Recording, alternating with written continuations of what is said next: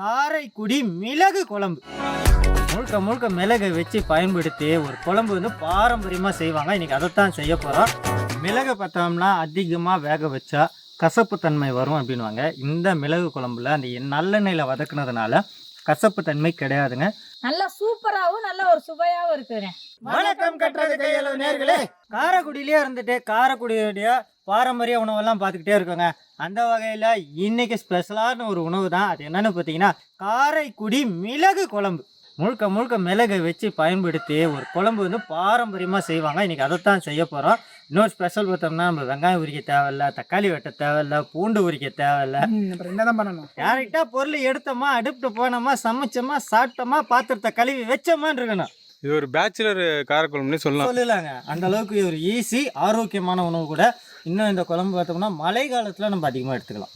ஏன்னா அந்த டைம் தான் நம்மளுக்கு வந்து சளி பிடிக்கும். இந்த சளி தன்மையை வந்து அறுக்கிறதுக்கு இந்த மிளகு குழம்பு வந்து சைவத்தில் ரொம்பவுமே உதவியாக இருக்குது. அந்த மாதிரி ஒரு உணவு தான் இன்றைக்கி செஞ்சு ஏழை எளிய மக்களுக்கு விருந்தாக கொண்டு போய் கொடுக்க போகிறோம். என்னென்ன விருந்துச்சாங்க? நான் வட்டி சாதம், சோறு, நம்மளுடைய கல்யாண வீட்டு சாம்பார், பருப்பு ரசம், உருளைக்கிழங்கு வறுவல், பருப்பு பாயாசம், மசால் வடை, அப்பளம்.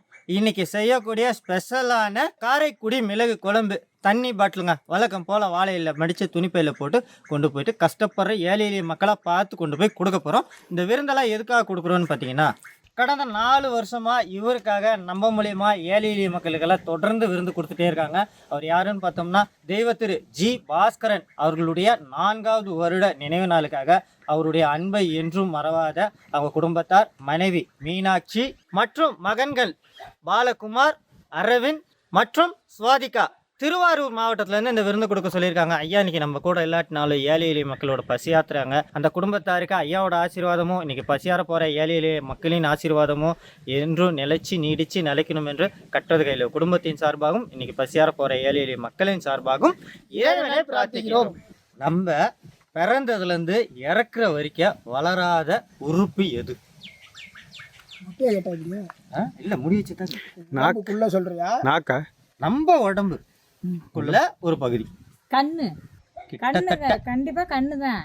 ஏன்னா நமக்கு காது வளரும், மூக்கு பெருசாகும், வாய் அதை விட வளரும்.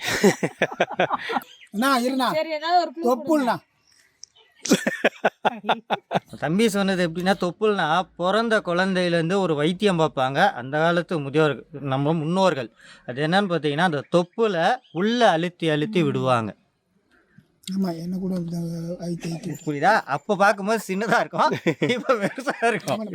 தொப்புலான்னு பேரே கூப்பிடுவோம்னா என்னவா இருக்கும்? மறுபடியும் ஏதாவது ஒரு குழு கொண்டு கொடுங்க. நம்ம உடம்புல இல்லை, நம்ம உடம்புல இதுக்கு மேலே என்ன குழு கொடுக்குறது? நரம்புண்ணா. அம்மா, குழந்தைக்குள்ள நரம்பு உனக்குள்ள நரம்பு ஒரே சைஸா? அது பேர் என்னது? பிரிவா. பிரிவா கிடையாது, புருவம். கல் சம்பந்தப்பட்டதுன்னு சொல்லிட்டேன். வெள்ளை கருமொழி, கருப்பு கருமொழி. கருவிலியா? கருவிலி. வெள்ளெல்லாம் இல்லை, கருவிழி உள்ள இருக்கு பார்த்தீங்களா? அது மட்டும் பிறந்தது எப்படி இருக்கோ அதுதான் நம்ம இறக்குற வரைக்கும் அப்படியே இருக்கும். சொல்லிட்டுடா. நீ எங்க சொன்ன?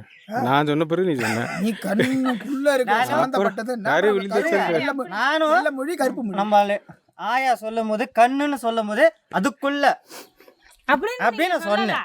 இது வேற சொல்லுவாங்களா? கிட்டத்தட்டன்னு சொன்னா இல்லையா? கிட்டத்தட்ட சொல்லுறாரா? சொல்லிட்டேன். சரி வாங்க, தேவையான பேர் சொல்லுவோமா? இந்த மிளகு குழம்பு உங்களுடைய முன்னோர்களா செஞ்சிருக்காங்கல்ல? நாங்க பார்த்ததில்ல. பார்த்துங்க மக்களே, செஞ்சதில்லை. நான் மிளகு குழம்பு சாப்பிட்டதில்லை. ரசம் தான் சாப்பிட்ருக்கோம், மிளகு ரசம். உண்மையை ஒத்துக்கிட்டாங்களா? நான் உண்மையை ஒத்துக்குருவேங்க. அந்த மாதிரியே ஒரு சிறப்பான காரைக்குடி மிளகு குழம்புக்கு தேவையான பொருட்கள் பார்க்க போகிறோம். நல்லவங்களுக்கு சமைக்க நல்லெண்ணெய், எள்ளெண்ணெய், காரைக்குடி கருமிளகு, காரைக்குடி கசகசா, காரைக்குடி மோர் மிளகா, காரைக்குடி முந்திரி, காரைக்குடி சோம்பு, காரைக்குடிக்கு பட்டை, அன்னாச்சி பூ, ஏலக்காய், கிராம்பு, தேங்காய் பூ, உப்பு, கருவேப்பிலை பூ, இவ்வளோ தாங்க தேவையான பொருட்கள். இந்த பார்த்தோம்னா நம்மளுக்கு மருத்துவ குணம் மிக்க காரைக்குடி மிளகு குழம்பு வந்து செய்ய போகிறோம். மோர் மிளகாலாம் வச்சுருக்கீங்க சார்? இது ஸ்பெஷல். அதான் சொல்கிறேன் இல்லைங்களா, இது ஸ்பெஷலாக காரைக்குடியில் அறிமுகப்படுத்தி இன்றைக்கும் காரைக்குடியில் சமைக்கிற ஒரு உணவு தாங்க இது. உருளி வச்சாச்சுங்க. நீங்கள் ஒரு 6 பேருக்கு சமைக்கிற மாதிரி இருந்தால் ஒரு 75 கிராம் அளவுக்கு செக்கெண்ணெய் எள்ளெண்ணெய் சேர்த்துக்கோங்க. இது வந்து மசாலா வதக்குறதுக்கு. கல் அடுப்பு கல் தனியாக கல் விழுகுது. சென்றாயன் சொன்ன பதிலை கேட்டு அடுப்பே தெரிச்சிருச்சு. எள்ளெண்ணெய் சூடாயிடுச்சுங்க. இந்த நேரத்தில் ஒரு 3லேருந்து 4 ஸ்பூன் வரைக்கும் மிளகு சேர்த்துக்கோங்க. அடுத்து ஒரு 2 டேபிள் ஸ்பூன் அளவுக்கு கசகசாங்க. வெடிக்குது பயங்கர. ஒரு 3/4 டேபிள் ஸ்பூன் அளவுக்கு சோம்புங்க. சூடு அதிகமாகிடுச்சு. ஆமாங்க தம்பி, என்றைக்குமே கொளுத்துறது இல்லை டாப்பு. ஒரு 10 முந்திரி.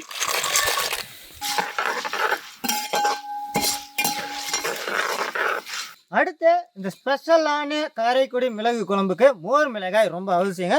ஒரு 2 மிளகாய் சேர்த்துக்கோங்க. காரைக்குடி ஆட்சியில் மோர் மிளகாய் இல்லைன்னா சாப்பிட மாட்டாங்க. ஏன்னா தம்பி மோர் மிளகாய் இல்லைன்னா சாப்பிட மாட்டாங்க சாப்பாட்டில். அப்படியெல்லாம் கிடையாது. எல்லா வீட்லேயுமே காரைக்குடியில் பண்டிகை நாளுக்கு மட்டும் கிடையாது, விசேஷங்களுக்கு மட்டும் கிடையாது, அவங்க நினச்சாங்கன்னா அடிக்கடி செய்யக்கூடியது வெண்டைக்காய் மண்டி, புளி மண்டி. அதை நிறையா செய்வாங்க. அது அவங்களுக்கு ரொம்ப பிடிச்ச ஒன்று. ஒரு 1/4 மூடி அளவுக்கு தேங்காய் பூங்க. தேங்காய் பூ நல்லா வதக்கினா நல்லா மணமாக இருக்கும். இப்படியே பக்கம் வருதா? காரை மசாலா ஆற வச்சு நைஸாக அரைச்சி எடுத்துகிட்டு வரணும். ஏன் 5ல் வச்சே ஓடாதா இந்த மிக்சி? 4ல் வச்சு இல்லைப்பா, 6 வச்சு. 6 வச்சு மசாலா தயார் பண்ணி வச்சு மசாலா ஆடுறதுக்காக ஒரு கேள்வி கேட்குறோம். மசாலா ஆடுறதுக்காக கேள்வி. என் கையில் 500 ரூபாய் இருந்துச்சு. சம்பாரிச்சு தான் திருந்தா. நான் சம்பாதிச்சதுப்பா, நான் கஷ்டப்பட்ட சம்பள காசு. நான் 100 ரூபாய் செலவு பண்ணிட்டேன். மீதி எவ்வளோ இருக்கும்? 500 ரூபாய் காசு இருக்கு. அதில் 100 ரூபாய் செலவு பண்ணிட்டீங்க. 400 ரூபாய் இருக்கும். இல்லை இல்லை, நான் 500 ரூபாய் வச்சுருந்தேன். நான் 100 ரூபாய் செலவு பண்ணிட்டேன். மீதி எவ்வளோ இருக்கும்? என்ன நான் 400 ரூபா. இல்லைங்க, அதை தானே நானும் கேட்டேன். நான் சொல்கிறேன். என்னடா இல்லை நான் சொல்கிறேன். 100 ரூபா. ஆமாம், 400 ரூபா நான் செலவு 400 ரூபாய் செலவு பண்ணிட்டேன். 400 ரூபா வார்த்தையை பார்க்கணும். நான் 100 ரூபாய் செலவு பண்ணிட்டேன். என்ன தம்பி, உங்கள் பங்குக்கு நீங்கள் கேட்குறீங்களா? ஆமாண்ணா, என் பங்குக்கு நான் கேட்கணும்னா ஒரு தோசைக்கல்லில் ஒரு மாசத்துல ஒரு தோசை தான் சுட முடியும். அது என்ன பூவா? அது சாப்பிட முடியுமா? சாப்பாடெல்லாம் முடியாது. சாப்பாடு பொருள் கிடையாது. ஒரே புகை மூட்டமாக இருக்குக்கா. நம்ம எல்லாம் மேலோகத்துக்கு வந்துருக்கோண்ணா. அப்படியா? ஆமாம். நாங்கள் ஏன்டா வரலாம்? எங்களெல்லாம் கணக்கு வச்சா கப்படாது. ஒரு 100 பேர் இறந்துட்டு சிவபெருமான்ற மாதிரி யமதர்மர்கிட்ட போனாங்களாம். அதில் வந்து கொண்டாட்டிக்கு பிறந்தவங்களாம் ஒரு பக்கம் நில்லுங்க அப்படின்னாங்களாம். 99 பேர் ஒரு பக்கம் நின்னாங்களாம். ஒருத்த மட்டும் தனியாக நின்னானா. ஏன்பா பொண்டாட்டி போய்விட மாட்டியா, பேர்பட்ட துணிச்சல் வாதி அப்படின்னு. எனக்கு பொண்டாட்டியே இல்லைன்னு சொன்னானா? இல்லை, யமதர்மர்கிட்ட சொன்னான். இல்லைங்க, என் பொண்டாட்டி கூட்டத்தில் நிற்கக்கூடாது அப்படின்னு சொன்னான். அதனால தான் தனியாக நிற்கிறேன் அப்படின்னு சொல்லியிருக்கான். அந்த மாதிரி தான் ஒன்னொன்றுத்துக்கும் ஒரு விளக்கம் இருக்கும். சரி, தம்பி கேட்ட கேள்விக்கு பிரதோஷம் வந்து பிரதோஷம் அது இன்னும் கும்பாபிஷேக காலில் வரதுனா பிரதோஷம் மாதம் மாதம் கொடுத்தா வரும். ரெண்டாவது, இந்த மிளகு குழம்பு செய்கிறதுக்கு ஒரு 50 கிராம் அளவுக்கு எண்ணெய் சேர்த்துக்கிறேங்க. எள்ளெண்ணெய் மிதமான சூட்டில் இருக்குங்க. இந்த நேரத்தில் ஒரு 3 ஏலக்காய், 3 கிராம்பு, ஒரு துண்டு பட்டை சேர்த்துக்கோங்க. பாதி அன்னாசி பூவும் கூட சேர்த்துக்கோங்க. 1/4 டேபிள் ஸ்பூன் அளவுக்கு சோம்பு, ஒரு கொத்து கருவேப்பிலை. காரைக்குடி மிளகு குழம்புக்கு அரைவைங்க இந்நேரத்தில் சேர்த்துக்கிறோம். தண்ணி சேர்த்துக்கிறேங்க.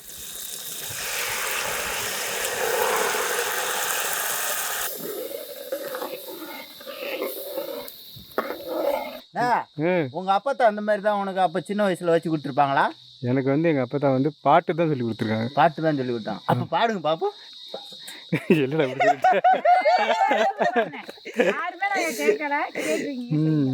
காரைக்குடி மிளகு குழம்பு, காரைக்குடி மிளகு குழம்பு அப்படின்னு சொல்லிட்டே இருக்காரு. அதனால நீங்க காரைக்குடி தானா? உங்க அப்பா தான் வச்சு கொடுத்துருப்பாங்களா சின்ன வயசுல? உங்களுக்கு ஞாபகம் ஏதாவது? எங்களோட பூர்வீகம் வந்து திருநெல்வேலிடா. திருநெல்வேலியா? தேவையான அளவு உப்புத்தூள், கல் உப்புங்க. ஒரு மிஸ்ஸா? ஸ்கூல் மிஸ்ஸா சமைச்சு கொடுத்தாங்களா? உடையம்மை மெஸ் அதுல போய் சாட்டம் பாரு. இந்த மாதிரி ஒரு ரகம் வச்சாங்க. அவங்களும் செட்டிநாடு சமையல்காரங்க தானே. ஓ, அதனால செஞ்சுருப்பாங்க. காரைக்குடி கார மிளகு குழம்பு தயாராச்சா? தயாருங்க. ரொம்பலாம் கொதிக்கக்கூடாது, லைட்டாக கொதிக்கணும். கொதிக்கும் போது நம்ம திரும்ப ஒரு டைமு ஒரு 1/2 டேபிள் ஸ்பூன் அளவுக்கு நல்லெண்ணெயை ஊற்றி இறக்கிடலாம். கொதிக்க ஆரம்பிச்சிச்சுங்க. இந்த நேரத்தில் 1/2 டேபிள் ஸ்பூன் அளவுக்கு நல்லெண்ணெய் சேர்த்து இறக்கிட போகிறோம். அந்த மிளகோட காரத்தன்மையை கொஞ்சம் கொஞ்சமாக குறைக்கிறதுக்காக. அருமையான காரைக்குடி மிளகு குழம்பு தயார். ஒரே ஒரு தோசைக்கல்ல ஒரே மாசத்துல மட்டும்தான் ஒரு தோசை ஊற்றலாம். கார்த்திகை மாசம். ஏய், எனக்கு ஞாபகம் வந்துச்சுடா, சொல்லிட்டா? பௌர்ணமி. கரெக்டா? ஆமாங்க. கார்த்திகை மாதம் தான் மாலை போட்டால் நிறைய தோசை அடிச்சு சாப்பிடுவாங்க. பௌர்ணமிக்கு மட்டும் என்ன தோசை சுடுவாங்க? எங்கள் வீட்டில் எந்த தோசை சுட்டது இல்லையா? பக்காவான பருப்பு ரசம். பருப்பு ரசம் எப்படியா? சூப்பர். அப்படியே மூடி வாசனையோடு இருக்கிறோம். சுட்ட சுட்ட வடி சாதம் பொலன்னு இருக்கா? ஆ கல்யாண வீட்டு சாம்பார், கத்திரிக்காய் முருங்கைக்காய் சாம்பார் பக்காவாக ரெடி பண்ணியிருக்கோம். மல்லியை போட்டு அப்படியே கலக்கிறோம். என்ன தம்பி? பருப்பு பாயாசம்ண்ணா. பருப்பு பாயாசம். என்ன தம்பி? மசாலோட ஆ ரெடி ஆகிட்டே இருக்கு. பண்ணுங்க போடுங்க. உருளைக்கிழங்கு வறுவல் தயார். சும்மா வாட்டமாக இருக்குதா? ம். ஏழை எளிய மக்களுக்கு ஃப்ரெஷ்ஷான முறையில் கொண்டு கொடுக்குறோம். அரைக்குடி மிளகு குழம்புங்க. காரக்குடி காற்றுல வீசுது, இனிமே காதல்லையும் வீசுன்னு நினைக்கிறேன். காரைக்குடி மண்ணிலேயே பிறந்து வளர்ந்த நீங்கள் சாப்பிட்லன்னு சொன்ன அந்த காரைக்குடி மிளகு குழம்பு எப்படி இருக்கு? காரைக்குடி காரக்குழம்பு, மிளகு காரக்குழம்பு எப்படி இருக்குன்னா சும்மா காரம் ஜாரமாக அட்டகாசமாக இருக்குது அண்ணே. அந்த சேர்த்து அந்த மிளகு, அந்த தேங்காய், ரெண்டாவது அதுக்கு இந்த காஞ்ச மிளகாய் வத்தல், அதோட காரமும் இதில் தூக்கலாகவே இருக்குது. கண்டிப்பாக அண்ணே சொன்ன மாதிரி இதை மிளகு குழம்பு வச்சு சாப்பிட்டா சளி இருக்கிறவங்களுக்கு கண்டிப்பாக சளி இல்லாமல் போயிடும். அந்தளவுக்கு ஒரு காரசாரமான குழம்பு தான் இது. நல்லா சூப்பராகவும் நல்ல ஒரு சுவையாகவும் இருக்குதுண்ணே. சூப்பராக இருக்குண்ணா. காரக்குடி மிளகு குழம்பு நான் இதுவரையும் சாப்பிட்டதில்ல. காரக்குடி காரஞ்சாரம் உங்களுக்கு வெகு தூரமாக இருந்தாலும் எனக்கு ரொம்ப கிட்டண்ட இருக்குது. உங்கள் வீட்லேயும் ரொம்ப கிட்டண்ட வரணுன்னா அந்த குழம்பு ருசித்து சாப்பிட வாங்க. மிளகு பார்த்தோம்னா அதிகமாக வேக வச்சா கசப்பு தன்மை வரும் அப்படின்வாங்க. இந்த மிளகு குழம்புல அந்த நல்லெண்ணெயில் வதக்குனதுனால கசப்பு தன்மை கிடையாதுங்க. ரொம்ப காரம்லாம் கிடையாது, ஒரு மீடியமான காரம். நம்மளே வந்து கொஞ்சம் மிளகு தூக்கலாக போட்டு ஒரு ஆம்லேட் கட்ட எப்படி இருக்கும், அந்த மாதிரி கொஞ்சம் லைட்டாக மிளகுடைய ஃப்ளேவர் நல்லாவே இருக்குது. அது போக நம்ம தாளிப்புக்கு பயன்படுத்தின சோம்பு 2 முறை சோம்பு பயன்படுத்தணும், அதோட மனமும் சூப்பராக இருக்குது. கடைசியாக ஊற்றினா நல்லெண்ணெய் மொத்த காரத்தையுமே அடக்கிடும். அந்த அளவுக்கு ஒரு அட்டகாசமாக இருக்குங்க. நான் தான் மிஸ் பண்ணிட்டோம், காரைக்குடி வந்து இத்தனை வருஷத்தில் இந்த மாதிரி ஒரு உணவை சாப்பிட்லன்னு.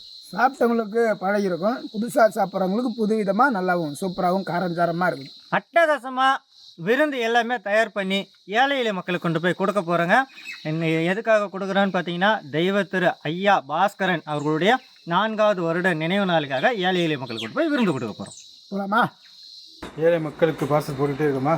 ஆமாம் என்ன வட்டி சாதம், உருளைக்கிழங்கு வறுவல் இருக்குங்க, வறுவல் இருக்குது, கல்யாண வீட்டு சாம்பார், பருப்பு ரசம், பருப்பு பாயாசம், காரைக்குடி மிளகு குழம்பு, மிளகு குழம்பு, பாட்டை அப்பளம், குடிநீர் இப்படி தான். அவ்வளோதான். ஓகேங்க, பார்சல் போட்டு பக்காவாக ரெடி பண்ணி வச்சுருக்கீங்க. எடுத்துக்கிட்டு பக்காவாக கூட்டி சிறப்பான முறையில் கொடுக்க போகிறோம். ஐயா தெய்வ திரு ஐயா பாஸ்கரன் அவங்களுடைய 4ஆம் ஆண்டு நினைவு நாளுக்காக அவங்க குடும்பத்தார் கொடுத்துருக்காங்க. ஐயா நல்லா இருக்கும். ஐயா தெய்வ திரு ஐயா பாஸ்கரன் அவங்களுடைய நினைவு நாளுக்காக அவங்க குடும்பத்தார் கொடுத்துருக்காங்க. நல்லா இருக்கணும், நல்லதே நடக்கும். சாப்பாடு கொடுத்த ஐயா நல்லா இருக்கணும். அம்மா தெய்வ திரு ஐயா பாஸ்கரன் அவங்களுடைய 4ஆம் ஆண்டு நினைவு நாளுக்காக அவங்க குடும்பத்தார் கொடுத்துருக்காங்க. குடும்பத்தார் நல்லா இருக்கணும், கொடுத்தவங்க நல்லா இருக்கணும், நல்லா இருக்கும், நல்லா இருப்பாங்க. சாப்பாடு கொடுத்தவங்க நல்லா இருப்பாங்க. தெய்வ திரு ஐயா பாஸ்கரன் அவங்களுடைய நினைவு நாளுக்காக அவங்க குடும்பத்தார் சாப்பாடு கொடுத்துருக்காங்க. நல்லா வாழ்த்துக்கள், வளமுடன். ஏழை மக்களுக்கு நல்ல காரியம். எவ்வளோ தூரம் வரி அவ்வளோ தூரம் நல்லா இருக்கேன் தங்கம். நல்லா இருக்குன்னு எனக்கு ஆசை. குடும்பத்தாருக்கு ரொம்ப நன்றி. குடும்பத்தார் நோய் நொடி இல்லாமல் பல்லாண்டுகளாக நல்லா வளரும். ரொம்ப நன்றிங்க ஐயா. ஐயா தெய்வ திரு ஐயா பாஸ்கரன் அவங்களுடைய 4ஆம் ஆண்டு நினைவு நாளுக்காக கொடுத்துருக்காங்க. ஐயா நல்லா இருக்குங்க, நல்லா குடும்பம் அனைவருமே நல்லா இருக்கணும், சாப்பாடு கொடுத்தவங்களும் நல்லா இருக்கணும். வாழ்த்துக்கள். சீரோடையும் சிறப்போடையும் வாழ்க வளமுடன். பல ஆண்டுகள், கோடி கோடி ஆண்டுகள் நல்லா இருப்பாங்க. பார்த்துருப்பீங்க தம்பிங்கெல்லாம் எப்படி சாப்பாடு கொடுத்துட்டு வந்தாங்கன்னு பார்த்துருப்பீங்க. காரைக்குடி ஸ்பெஷல் மிளகு குழம்பு எப்படி செய்கிறதுன்னு பார்த்துருப்பீங்க. இதை நீங்கள் வீட்டில் சமைச்சு பாருங்கள், அதோட சுவை சூப்பராக இருக்கும். இந்த விருந்தெல்லாம் இன்றைக்கி எதுக்காக கொடுத்தோன்னு பார்த்தீங்கன்னா, ஐயா தெய்வ திரு பாஸ்கரன் அவர்களுடைய 4வது வருட நினைவு நாளுக்காக ஐயாவோட அன்பை என்றும் மறவாத அவங்க குடும்பத்தார்கள், மனைவி மீனாட்சி மற்றும் மகன்கள் பாலகுமார், அரவிந்த் மற்றும் சுவாதிகா திருவாரூர்லேருந்து இந்த விருந்து கொடுத்தாங்க. ஐயா நீ நம்ம கூட இல்லாட்டினாலும் இவ்வளோ பேத்துக்கு பசியாற்றிருக்காங்க. ஐயாவோட ஆசீர்வாதமும் இன்றைக்கி பசியாறின ஏழை எளிய மக்களின் ஆசீர்வாதமும் அந்த குடும்பத்துக்கு என்றைக்கு நீடித்து நிலைச்சி நிற்கணும் என்று கட்டுறது கையில் குடும்பத்தின் சார்பாகவும் இன்றைக்கி பசியாறின ஏழை எளிய மக்களின் சார்பாகவும் இறைவனை பிரார்த்திக்கின்றோம். இந்த மாதிரி உதவி மட்டும் இல்லைங்க, நீங்கள் எந்த மாதிரி உதவி செய்யணும்னு நினச்சாலும் நம்ம சேனலில் ஒரு நம்பரை கான்டாக்ட் பண்ணுங்கள். கட்டுறது கையில் சேனலில் லைக் பண்ணுங்கள், ஷேர் பண்ணுங்கள், கமெண்ட் பண்ணுங்கள், சப்ஸ்கிரைப் பண்ணுங்கள். மறந்துடாமல் பெல் பட்டனை ப்ரெஸ் பண்ணுங்கள். ஃபேஸ்புக்கில் பேஜ் இருக்குது, அந்த பேஜை லைக் பண்ணுங்கள், ஷேர் பண்ணுங்கள், ஃபாலோ பண்ணுங்கள். இன்ஸ்டாகிராம்லேயும் பேஜ் இருக்குது, பேஜ் நேம் கட்டுறது கையில் பாண்டி. அந்த பேஜை லைக் பண்ணுங்கள், ஷேர் பண்ணுங்கள், ஃபாலோ பண்ணுங்கள். அடுத்து ஒரு புதுவிதமான சமையலோட உங்களை வந்து சந்திக்கிற மாதிரி உங்களிடமிருந்து விடைபெறுவது கட்டுறது கையில் குடும்பம். நன்றி, வணக்கம்.